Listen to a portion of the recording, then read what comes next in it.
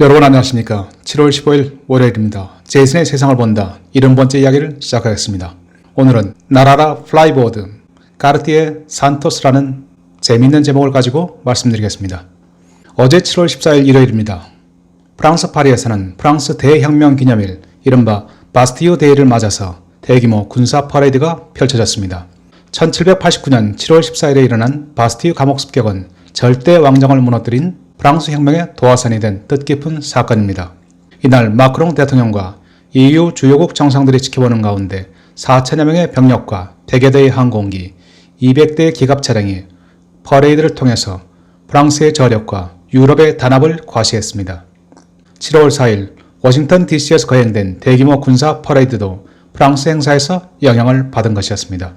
트럼프 대통령은 2017년 바스티유 데이에 초청받았을 때 프랑스군의 퍼레이드에 깊은 감명을 받았고 이에 따라서 금년도 독립기념일을 맞아서 미국 사상 최대 규모의 군사 퍼레이드를 강행했습니다.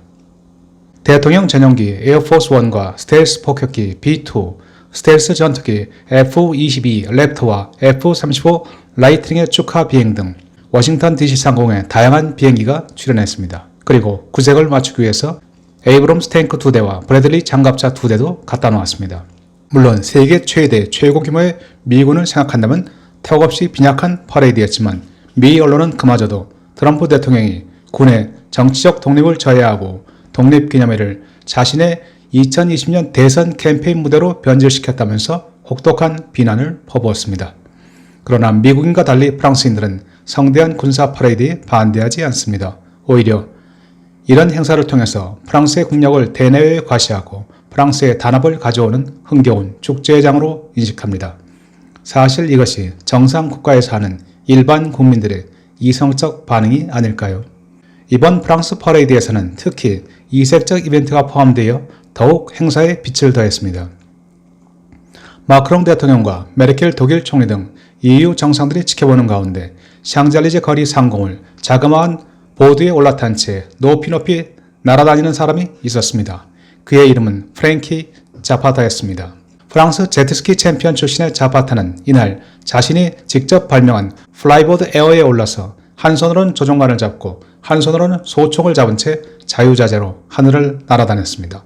소총은 언젠가 다가올 미래 전쟁의 예고편을 보여주는 듯 섬뜩한 측면도 있었지만 멋지고 환상적인 모습임에 틀림없었습니다. 자파타가 세운 자파타 레이싱사는 워터 제트팩으로 유명한 플라이보드를 개발한 회사입니다.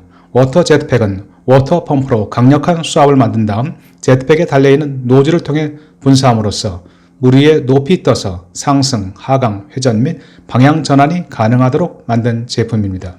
자파타는 워터 제트팩을 기초로 2016년에 액체 분사용 코드를 제거한 플라이보드 에어를 최초 공개했습니다. 작은 크기지만 250마력의 강력한 힘을 자랑하는 플라이보드 에어는 시속 190km의 빠른 속도로 최대 10분간 비행이 가능하고 고도 3000m까지 상승할 수 있는 놀라운 능력을 갖추고 있습니다. 플라이보드 하단에 위치한 두 개의 터빈 엔진으로 호버링을 하는 방식인데 등 뒤에 메고 있는 백팩으로부터 항공용 연료, 제트 A1 등유가 엔진으로 공급됩니다. 자파타는 이날 퍼레이드 행사장에서 오는 7월 25일 영국 해협 잉글리시 채널을 횡단하겠다는 엄청난 계획을 발표했습니다. 영국 해협은 폭이 22마일에 달하고 수시로 거센 바람이 부는 곳입니다. 자파타는 현재 플라이보드의 항속거리 15마일을 감안할 때 한 차례 공중급유를 받아서 해협을 횡단할 예정이라고 밝히고 있습니다. 불과 몇 분 동안 바다 위를 날아가는 것만도 대단한데 아예 22마일 폭의 해협을 횡단하고 중간에 공중급유까지 실시하는 등 모든 것을 한 번에 달성하겠다는 야심만만한 계획입니다. 어지간한 것은 모두 다 발명되어 더 이상 새로운 발명이 없을 것 같은 2019년에도 여전히 시대를 앞서가는 천재와 모험가들은 우리를 새롭고 경이로운 세계로 이끌고 있습니다. 영화 토이스토리에서 버즈 라이트이어가 했던 명대사가 생각납니다. To infinity and beyond. 무한한 공간 저 너머로. 2019년 7월 이 순간에도 일제강점기의 기억에서 여전히 벗어나지 못한 채 국채보상운동과 동학혁명까지 들먹여야 하는 우리네 현실을 돌아보면 그저 자괴감이 들 뿐입니다. 언제쯤 우리는 우리를 옥죄는 사슬을 끊어내고 미래를 향해 더 높은 곳을 향해 앞으로 나아갈 수 있을까요? 자파타가 영국 해협을 횡단하려는 7월 25일은 110년 전인 1909년 프랑스 조종사 루이 블레리오가 역사상 처음으로 엔진이 달린 단엽기 모노플레인으로 영국 해협을 건너는데 성공했던 날입니다. 루이 블레리오는 1872년에 태어나서 1936년에 세상을 떠났습니다. 루이 블레리오의 영국 해협 횡단 기록은 인류의 우주 항공 역사에서 미국 라이트 형제의 첫 번째 비행, 아폴로 11호의 달 착륙에 버금가는 위대한 업적으로 평가받고 있습니다. 루이 블레리오는 프랑스 에콜 상트랄 파리에서 무역학을 전공한 후 자동차 액세서리 회사를 차려서 많은 부를 축적했습니다. 그는 역사상 최초로 실용성을 지닌 자동차 헤드라이트를 발명한 인물입니다. 그는 독학으로 비행기의 원리를 익혀서 마침내 블레리오 11 단엽기 모델을 만들어냈습니다. 1909년 영국 데일리메일 신문사는 그해 12월 31일까지 영국 해협 횡단에 성공하는 비행사에게 1000파운드의 상금을 제공하겠다라는 파격적인 제안을 내놓았습니다. 요즘 가치로는 약 10만 파운드, 한화 1억 5천만 원에 달하는 적지 않은 금액이었습니다. 루이 블레리오에 앞서 두 사람이 도전했지만 한 사람은 엔진 고장으로 중도에 포기했고 또 한 사람은 도보 해안을 불과 6km 남겨두고 바다에 추락해서 실패하고 말았습니다. 1909년 7월 25일 새벽 루이 블레리오는 블레리오 11 단엽기를 몰고 프랑스 칼레를 출발해서 거친 바람을 뚫고 불과 36분 30초 만에 영국 도버의 도버캐슬 잔디밭에 무사히 도착하는 데 성공했습니다. 예상보다 너무 빠른 도착이라서 환영 인파마저 한참 뒤에 나타났을 정도였습니다. 영국인들은 루이 블레리오의 성공을 축하하면서도 오랜 우려가 현실로 다가왔다는 것을 실감했습니다. 다음 날인 7월 26일 영국 신문의 헤드라인은 England is no longer an island. 영국은 더 이상 섬이 아니다였습니다. 영국인들은 이제까지 바다를 통해 영국이 침공당하는 일은 결코 없을 것이라고 굳게 믿었던 신념, 즉 Island Impregnability, 난공불락의 섬의 신화가 마침내 깨졌다는 것을 알아차렸습니다. 하늘을 통해 영국을 향해 위협이 다가오는 시간이 멀지 않은 것입니다. 루이 블레리오는 영국 해협 횡단 성공으로 엄청난 명성과 부를 얻었습니다. 그가 탔던 블레리오 11 모델은 1909년부터 1차 세계대전이 발발하는 1914년까지 800대 이상의 유럽 각국의 비행클럽과 당시 막 태동하기 시작한 각국 공군에 팔려나갔습니다. 1차 세계대전이 발발하자 루이 블레리오는 이번에는 단엽기가 아닌 스페드 복엽기 바이플레인을 개발했습니다. 스페드는 프랑스와 미국의 주력 공군기로 팔려나갔습니다. 루이 블레리오는 1차 세계대전이 끝난 후에는 민간 상업용 항공시대의 개막을 여는데도 크게 기여했습니다. 물론 1909년 영국 해협을 바다가 아닌 하늘길로 건넌 것이 루이 블레리오가 처음은 아니었습니다. 루이 블레리오의 횡단은 자체 동력을 지닌 단엽기로 성공했다는 데 의미가 있는 셈입니다. 그보다 앞서서 124년 전인 1783년 1월 7일 프랑스인 장 피에르 블랑카르드는 열 기구를 타고 영국 도버에서 프랑스 칼레까지 영국 해협을 횡단하는 데 성공함으로써 역사를 새로 썼습니다. 장 피에르 블랑카르드는 그의 최초의 승객인 미국인 존 제프리스와 함께 대기록을 세웠습니다. 1783년이라면 아직 1789년 바스티유 감옥 습격도 프랑스 혁명도 발발하지 않은 아주 옛날 옛적의 이야기입니다. 몇 년 뒤 기요틴에서 목이 잘릴 운명에 놓이게 될 마리 앙투아네트 왕비가 아직은 빵이 없으면 케이크를 먹으라지 라면서 서민의 줄인 배를 두고 진담반 농담반 걱정하고 있을 때였습니다.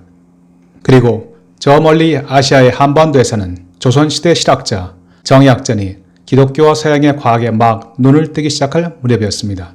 다산 정약용의 형인 정약전은 1790년 중광별시에서 오행에 관한 시험 문제가 출제되자 동양의 오행, 즉 목, 화, 토, 금, 수를 서양의 사원소설, 즉 토, 수, 기, 화를 인용해서 새롭게 해석함으로써 장원급제의 영광을 차지하기도 했습니다. 기, 즉 에너지라는 물질적 개념을 동양의 철학적 이념과 접목시킨 것입니다. 그러나 그는 서학에 반대하는 세력이 득세하면서 결국 1801년 신유 박해에 연루되어 흑산도로 유배를 떠나는 신세가 되고 말았습니다. 그래도 과학에 관심이 깊었던 정약전은 유배 중에도 흑산도 인근에 서식하는 어류의 특성과 생태를 기록함으로써 우리나라 최초의 수산업 관계 서적인 자산어벌을 편찬하는 훌륭한 업적을 세웠습니다. 성리학의 추상적 세계관에 머물러 있던 조선은 서양 과학을 받아들일 마음이 없었습니다. 정약자는 천문학에도 조예가 깊었지만 16년간의 귀양살이는 위대한 과학자의 꿈을 더 이상 펼칠 수 있는 기반을 붕괴시켜 버렸습니다. 그리고 우리나라의 열기구가 처음 소개된 것은 1983년 주한 독일 대사가 2대의 독일 열기구를 들여오면서였습니다. 1783년 장피에르 블랑카르디의 열기구가 도보 칼레 횡단에 성공한 지 꼭 200년 만에 한국인들은 88 서울올림픽을 몇 년 앞두고서야 비로소 하늘을 수놓은 색색 열기구를 구경하게 되었습니다. 장피에르 블랑카르디의 열기구, 루이 블레리오의 단엽기, 그리고 이번 프랭키 사파테의 플라이버드를 보면 프랑스가 여전히 항공 강국으로 우뚝 서 있음이 단순한 우연이 아니라 오랜 항공산업 역사를 기반으로 하고 있음을 알 수 있습니다. 그리고 어쩌면 세계 최초의 동력 비행 역시 미국의 라이트 형제가 아닌 프랑스계 브라질인에 의해 프랑스에서 이루어졌다고 볼 수 있는 근거도 있습니다. 프랑스계 브라질인 산토스 듀몽이 바로 그 주인공입니다. 산토스 듀몽의 아버지 앙리 듀몽은 브라질 미나스제라이스주의 대규모 커피 농장을 가진 대부호였습니다. 공상과학의 아버지로 불리는 줄 베르니의 소설에 심취했던 앙리 듀몽은 풍부한 과학적 지식을 갖고 있었고 커피 농장에서 사용하는 기계의 동력을 증기기관으로 바꿀 정도였습니다. 그러나 그는 말에서 떨어져 몸 일부가 마비되자 커피 농장을 매각하고 부인 및 아들 산토스 듀몽과 함께 프랑스로 되돌아갔습니다. 산토스 듀몽 역시 파리에서 과학에 큰 흥미를 느꼈는데 특히 기구 등 비행장치에 각별한 관심을 가졌습니다. 그는 1874년에 태어나서 1932년에 세상을 떠났습니다. 1901년 10월 산토스 듀몽은 기구를 타고 프랑스 파리의 에펠탑을 선회한 데 이어 1906년 10월 23일에는 자체 동력과 바퀴를 지닌 14비스 복엽기를 조종해서 5m 상공에서 60m를 비행하는 데 성공했습니다. 미국의 오빌과 윌버 라이트 형제가 1903년 12월 17일 키티 오코를 몰고 세계 최초의 동력 비행에 성공한 것보다 3년이나 앞선 일이었습니다. 지금도 브라질은 라이트 형제의 1903년 비행은 심판이 없는 가운데 이루어진 것이며 공식 비행은 1908년도에 이루어졌다면서 산토스 듀몽이 2년이나 앞서고 있다고 주장하고 있습니다. 그래서 브라질 교과서는 세계 최초의 비행기 발명자를 설명하는 부분에서 이른바 라이트 형제에 의해라고 다소 애매모호하게 기술하고 있습니다. 또 브라질 대통령 전용기의 이름을 산토스 듀몽의 브라질식 이름인 산토스 듀몬트로 짓고 리우데자네이로 국내선 공항을 산토스 듀몬트 공항으로 이름 지었습니다. 1969년 발행된 1만 해알짜리 브라질 지폐 앞면과 뒷면에도 산토스 듀몬트의 초상화와 그가 탔던 14BIS, 14BIS 비행기 모델을 각각 그려놨는 등 세계 최초 비행기 발명국으로서의 자부심을 표현하는 데 여간 애를 쓰는 것이 아닙니다. 심지어 2016년 8월 리우 올림픽 개막식에서는 산토스 듀몽트가 몰았던 14비스를 복제한 비행기가 마라카낭 스타디움에서 날아오르면서 한바탕 미국인의 자존심을 자극하기도 했습니다. 당시 미국인들은 브라질이 세계인의 잔치인 올림픽 개막식 행사에서 세계 최초의 비행기 발명자 미국인 라이트 형제의 업적을 훔쳐가려 한다며 비난을 쏟아냈습니다. 비록 산토스 듀몽트 또는 산토스 듀몽은 세계 최초의 비행이라는 영광은 되찾지 못했지만 그의 이름은 카르티에의 명품 시계를 통해 100여 년의 세월을 넘어 지금도 숱한 남자들의 로망을 자극하고 있습니다. 산토스 듀몽의 친구였던 프랑스인 카르티에는 산토스 듀몽이 두 손으로 비행관을 조종하면서 회중시계를 꺼내서 시간을 보기가 어렵다는 이야기를 듣고 그에게 남성용 손목시계를 최초로 디자인해 주었습니다. 산토스 워치 이전에도 손목시계 형태의 근접한 시계들은 존재했지만 이는 상류층 귀부인들을 위해서 회중시계 케이스를 일부 변형해서 고리를 부착하고 가죽줄을 이어서 만든 팔찌 형태여서 완전한 의미의 손목시계와는 거리가 있었습니다.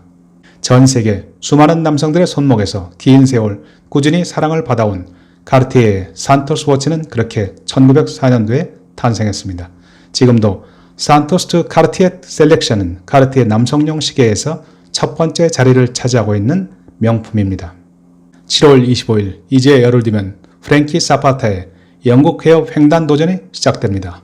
단 한 번만에 성공을 거둘 수 있을지 잠옷 긴장되고 기대되는 순간입니다. 7월 22일 차기 영국 총리가 선출된 지 3일 뒤인 7월 25일 영국 국민들은 보리스 존슨 총리 선출의 충격에서 미처 벗어나지 못한 채 다시 한번 영국은 섬이 아니다를 되새겨야 할 판입니다. 자파타의 플라이보드가 프랑스 칼레에서 날아올라 영국 도버에 도착하면 유럽인들은 새삼 영국과 유럽 제국이 지리적으로 얼마나 가까운 사이인지 상기하게 될 것이 틀림없습니다. 영국은 브렉시트를 통해 EU 제국과의 고리를 끊으려 하고 프랑스를 비롯한 유럽 제국은 마지막 순간까지 영국을 잡은 그 끈을 놓지 않으려 합니다. 보리스 존슨 후보는 10월 30일이면 딜이 있든 없든 무조건 브렉시트를 단행할 것이라고 벌써부터 강조하고 있습니다. 트럼프 대통령만큼이나 파격적 언행을 일삼는 보리스 존슨 신임 총리. 가을 찬바람이 불면 닥쳐올 브렉시트의 겨울 폭풍을 앞두고 영국과 프랑스, 영국과 유럽, 그리고 영국과 미국 간의 관계가 궁금해지는 시간입니다. 프랭키 자파타의 영국 해협 횡단 모험이 또 국제사회는 어떤 정치적, 과학적, 군사적 파장을 가져올지 사뭇 기대됩니다. 무한한 공간 저 너머로 To Infinity and Beyond. 미래는 열린 사고를 가진 천재들과 모험가들이 만들어가는 세계입니다. 루이 블레리오의 단협기가 영국 해협을 횡단하던 1909년 7월 구한 말의 쇄국 정책에 잠들어있던 우리는 기후각서를 체결해서 일제의 사법권을 빼앗겼고 다음해인 1910년 한일합방의 비극을 맛보았습니다. 36년간에 걸친 일제 강점기의 시작입니다. 마치는 말입니다. 쓰라린 역사의 교훈을 되새기되 타임머신을 타고 과거로 돌아가는 우를 범할 수는 없습니다. 위기의 한국 외교, 열기구나 단협기가 아닌 2019년형 플라이보드 에어를 타고 이제 미래로 세계로 날아올라야 할 때입니다. 끝까지 함께해 주신 여러분 대단히 감사합니다.